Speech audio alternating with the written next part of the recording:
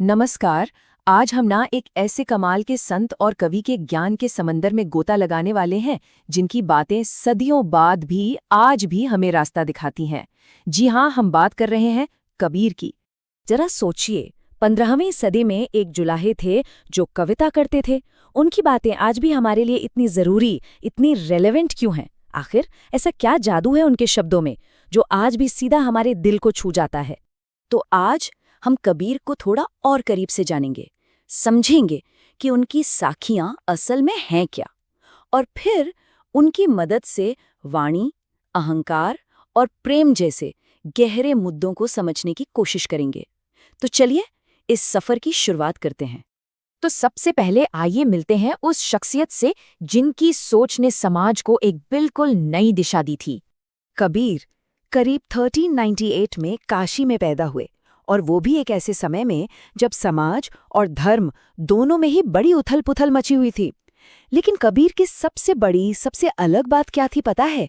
उन्होंने किताबी ज्ञान से ऊपर रखा अनुभव को। वो कहते थे कि असली ज्ञान वो नहीं जो किताबों में लिखा है, असली ज्ञान तो वो है जिसे हम खुद महसूस करते हैं, खुद जीते हैं। अच्छा, पर एक सवाल है, कबीर ने जो भी लिखा उसे साखी ही क्यों कहा जाता है, कुछ और क्यों नहीं?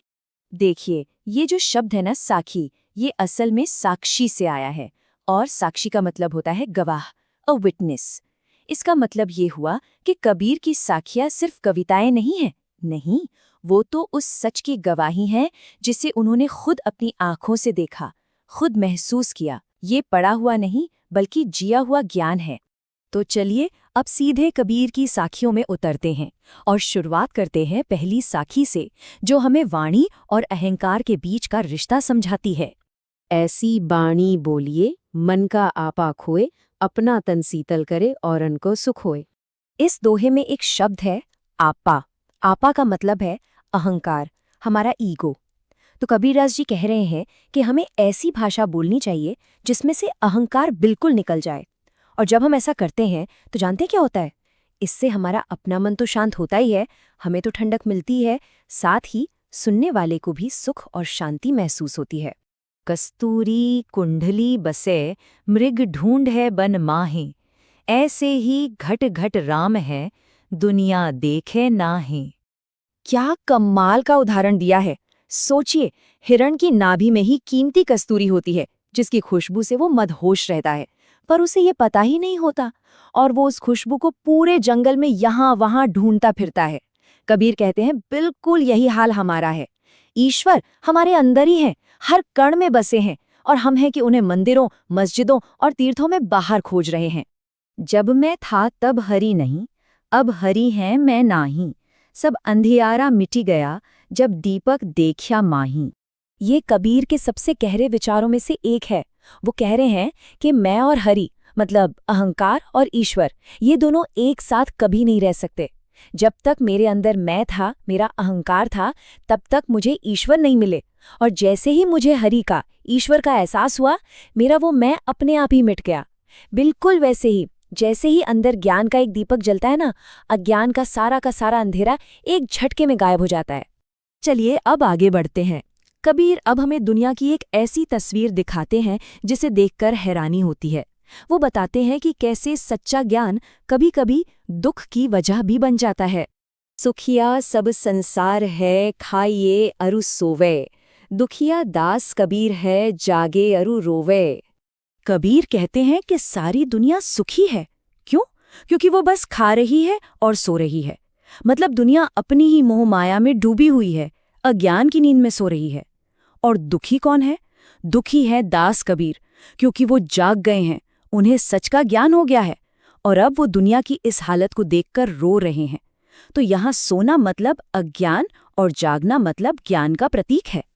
बिरह भुवंगम तन बसे, मंत्र न लागे कोई, राम वियोगी न जिवे, जिवे तो बौरा होई। यहाँ बिरह भुवंगम का मतलब है जुदाई का सांप। कबीर ईश्वर से बिछड़ने के दर्द की तुलना एक जहरीले सांप के डसने से कर रहे हैं।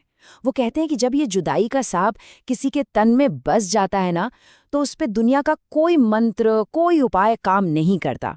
ऐसा इंसान जो राम के वियोग में है, या तो वो जी ही नहीं पाता, और अगर जीता भी है तो पागलों की तरह हो जाता है।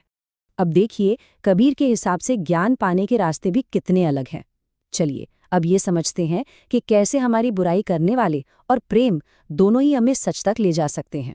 निंदक नेड़ा राखिए, आंगणी कुटी बंधाए, बिन साबण पानी बिना, निर्मल करे सुभाए।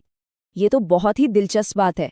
हम सब अपनी बुराई करने वालों से दूर भागते हैं ना, पर कबीर क्या कह रहे हैं कि अपने निंदक को, अपने क्रिटिक को हमेशा अपने पास रखो, बल्कि हो सके तो अपने आंगन में ही उसके लिए एक झोपड़ी बनवा दो। क्यों भाई? क्योंकि वो निंदक ही है जो बिना साबुन और बिना पानी के हमारे स्वभाव को, हमारे अंदर की कमियों को धोकर एकदम साफ कर देता है। पोथी पड़ी पड़ी जग मुआ, पंडित भयानकोए, एकै अशिर पीव का, पढ़े सुपंडित होए। यहाँ कबीर सीधे सीधे किताबी ज्ञान पर सवाल उठा रहे हैं। वो कहते हैं कि दुनिया बड़ी बड़ी किताबें पढ़ते पढ़ते मर गई, लेकिन कोई भी असली में पंडित यानी सच्चा ज्ञानी नहीं बन पाया। उनके हिसाब से सच्चा ज्ञानी कौन है?